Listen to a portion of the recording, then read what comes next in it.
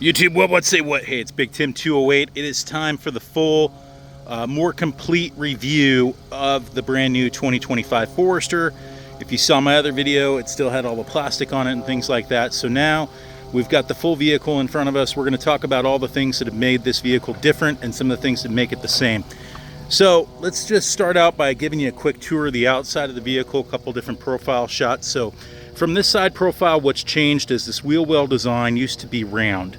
Now we've got the same styling and design that you would see in the WRX that's carried over to the Forester. So it changes the side profile of this vehicle quite a bit, makes it look a little more aggressive. You'll notice up at the top here, the roof rack is now flush. Previously, you had a roof rack that was kind of raised, similar to the Outback that you see here, or actually more similar to the Crosstrek that you see there. So in fact, there's an example of what the old roof rack used to look like and the old wheel well design right there. So that's a perfect example of that. So you can see what we've changed there in relationship to the design of the wheel well. We added these new vents. You can see those new side vents there, where previously we did not have the side vents on the older Forester. You'll notice the headlight design has changed as well. So currently this is the new headlight design, and previously you had this more sharp design. One of the reasons Subaru made that change is visibility. To get a superior rating from the Institute for Highway Safety, you have to have a vehicle with better visibility, especially at night. How do you get better visibility? You lower those headlight lenses down closer to the ground so you can get better visibility. That's why the fog light shape has changed as well, to give you better light exposure compared to the previous generation, where you can see where the fog light location was there versus where it is here. Now these accents are just that. They're just accents. They don't provide any other function other than to look cool. You'll notice that the Subaru logos have always had kind of a, bit of a protrude. They kind of protrude out just a wee bit. This is definitely flat. That is a very flat, almost embedded into the grille Subaru logo. So that's one of the other styling changes. You'll notice the hood shape hasn't changed a whole bunch, but you'll notice where the hood shape of the old model was here. And you'll notice the new hood shape here. So we're going to pop the hood. We're going to talk about this boxer motor. If you don't know much about Subarus, they do use a boxer or horizontally imposed engine. One of the reasons they chose that engine style was it pairs up very nicely with what's called a continuously variable transmission. Pardon me, YouTube. We're gonna get you some better views here in just a minute. Set the camera down. Okay. So a boxer motor is very well balanced, but it's also incredibly easy to work on. So you have your oil filter here at the top, and you have your oil fill there at the top. And it's Subaru, Porsche, BMW, and some of their motorcycles, to name a few manufacturers that have used the boxer technology in the past. So Subaru uses that boxer motor because it's equally balanced on the axle shaft from left to right, and it pairs up very well with the CVT, giving you excellent fuel economy in a vehicle that's still naturally aspirated and non-turbo, so that kind of stuff, right? You got your fill here for your windshield washer fluid, positive, negative battery ports, your brake master cylinder there, which is, by the way, electronic and doesn't require any vacuum off of the engine to be able to run, which is kind of cool. So that's a cool technology that they've done there. You got your coolant reservoir, and then of course you have your oil check, alternator, airbox, that kind of stuff. Steering rack is electronic on these, so it provides a very smooth, very nice electronic steering feel. I'm going to go ahead and pause the video while I shut this hood. Excuse me. If you know much about Subaru, they've had eyesight technology for a number of years. Now the previous generation, which I can show you here, had the eyesight technology that was up against the glass, but it did not have that third camera. So that third camera you can see there, not on this model, but on this model here, is for front pedestrian braking. It's a wide view camera. That's why it's got this wide lens here, right? You can kind of see that it's wide view. So that's something that's an additional safety feature.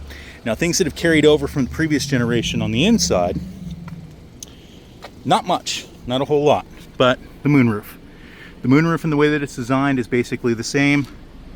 The mirror essentially the same. Your Starlink buttons, your light controls, that stuff really hasn't changed a whole lot, okay? Now what's new on the inside, the paneling, they've changed. There's this two-tone paneling. If you saw my other video, you know that I mentioned that already.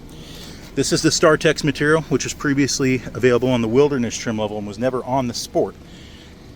With them adding StarTex to this version of the vehicle and continuing the 2024 Wilderness, that tells me that the Wilderness trim level could be in trouble.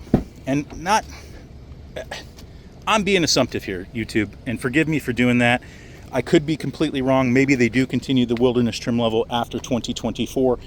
You'll notice, and I apologize, I'm going to get to the outside features here and what's changed on the back here as well. But I'm going to go into the inside here for just a minute.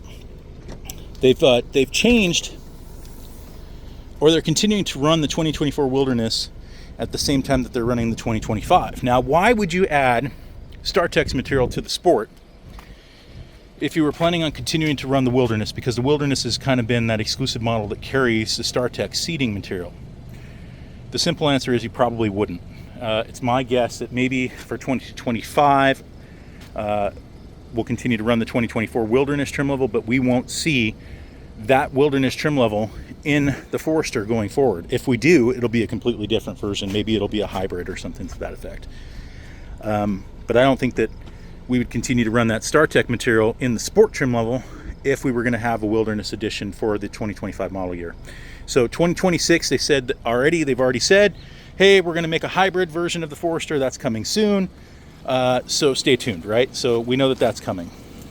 Let's go back to the review here, and I apologize. I got a little long-winded there and went off on a tangent, just talking about the StarTex material. So what's cool about the StarTex material? It is like vegan leather, easiest way to explain it. It is a neoprene type material that's water resistant, stain resistant, good for kiddos. And if I might say, this doesn't have those little perforations that you would find in the Wilderness trim. I kind of like it better. I like it better than the Wilderness trimmed upholstery. I think it's got a nicer, smoother feel to it. And I feel like there's more cushion. Now, they still retain the ability to recline these second level seats here. So you have that as a creature comfort. You've got some USB ports back there.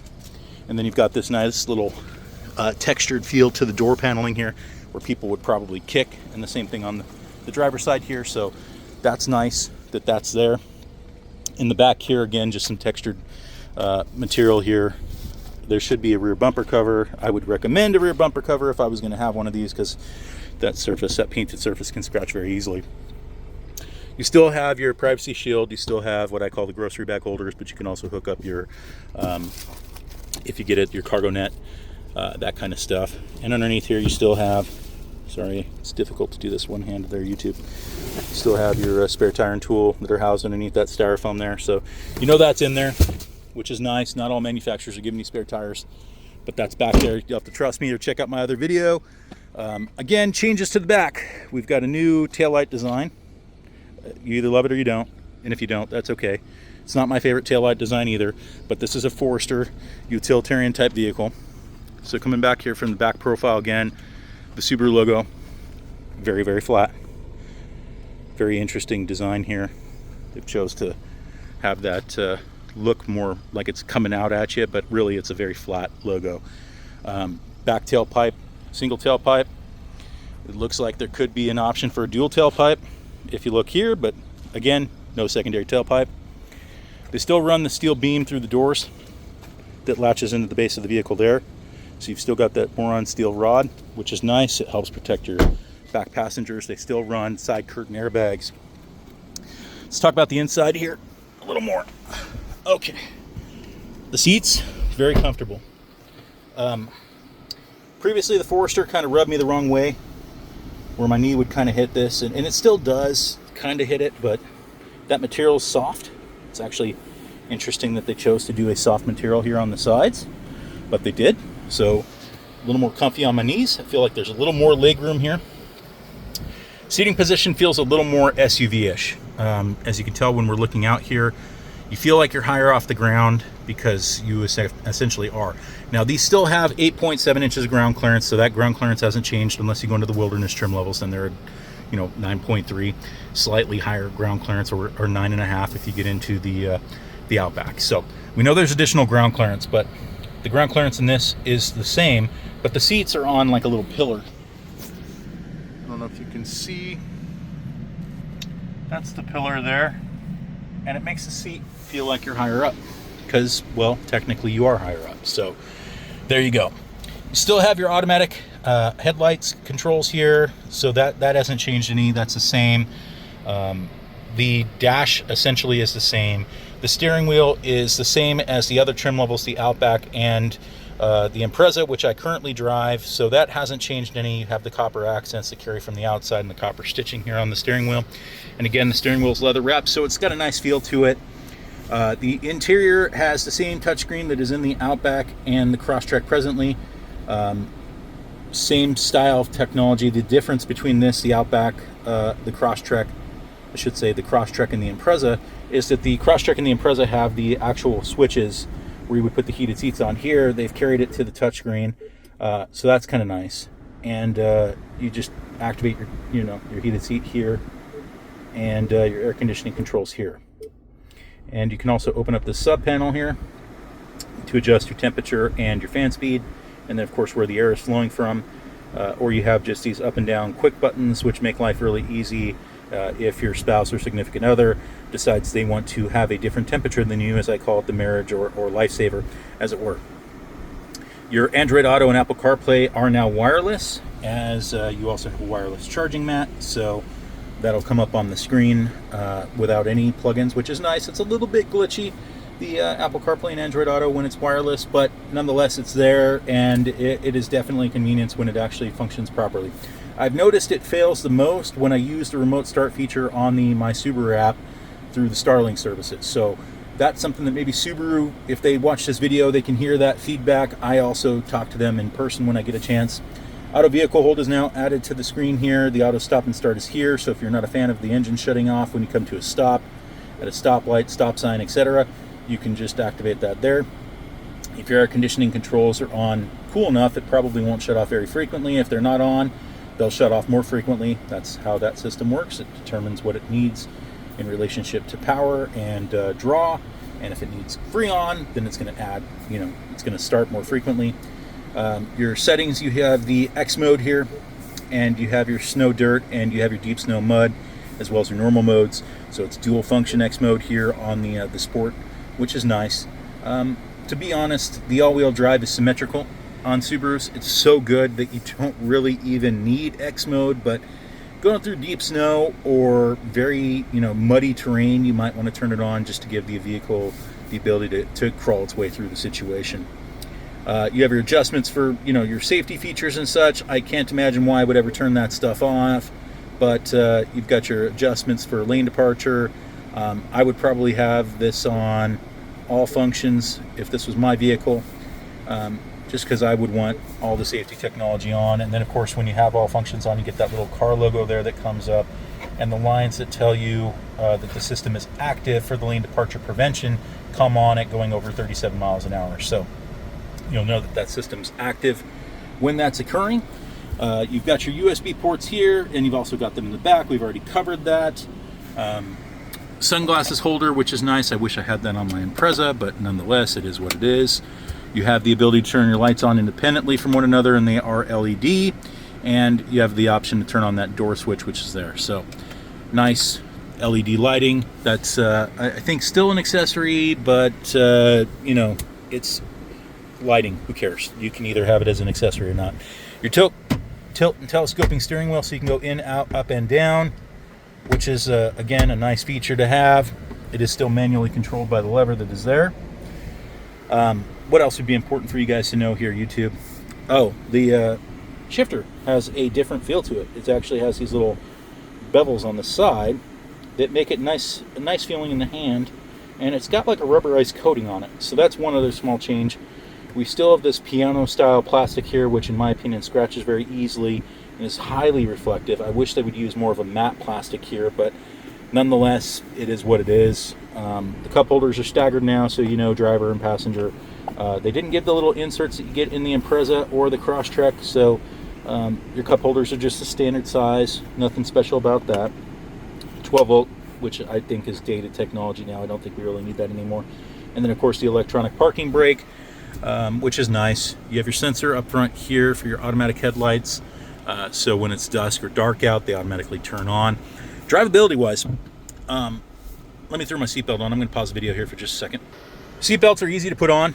I don't know if that's super important to a lot of you, but I am paying attention to the road, not paying attention to the camera here, because we have so many new cars right now that this is kind of a tight squeeze going through here. So it feels very much like the previous generation Forester.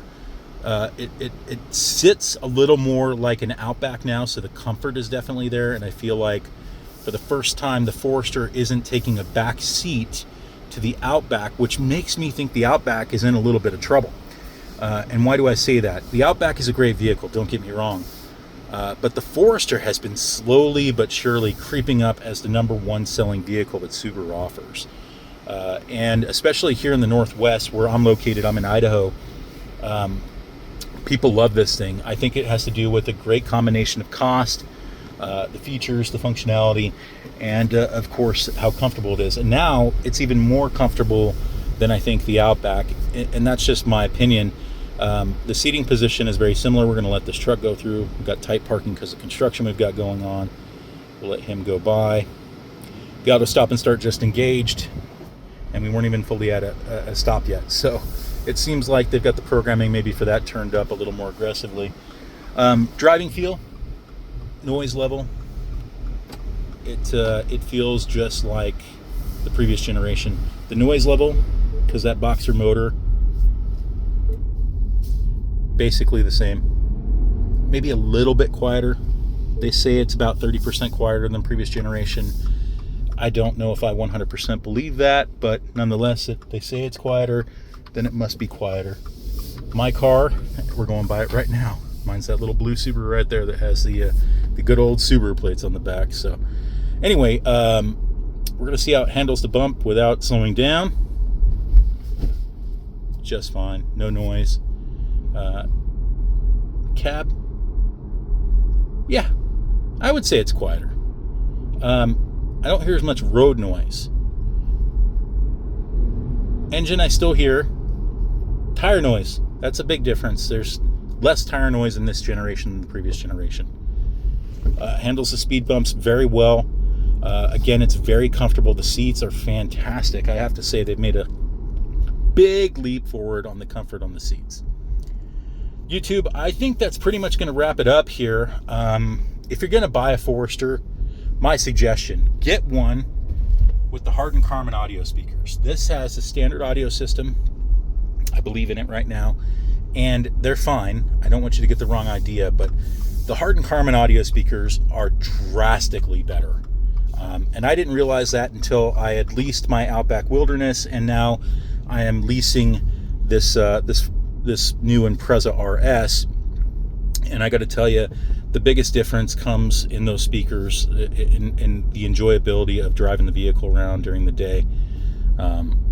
I absolutely love those speakers. And as an audio guy who loves audio, yeah, definitely get those speakers. That's my only one suggestion. If you're going to get one of these new Foresters, is make sure it's got that. I will tell you, I think the ride quality is fantastic. I think the exterior design of the vehicle is not my cup of tea, but that's neither here nor there. Some people will like that. I personally do not. YouTube, that's pretty much going to wrap it up. If you have questions, comments, please feel free to leave them, and I will do my best to try to answer them for you as time goes on. I appreciate you watching. Please do like, comment, and subscribe. And say what?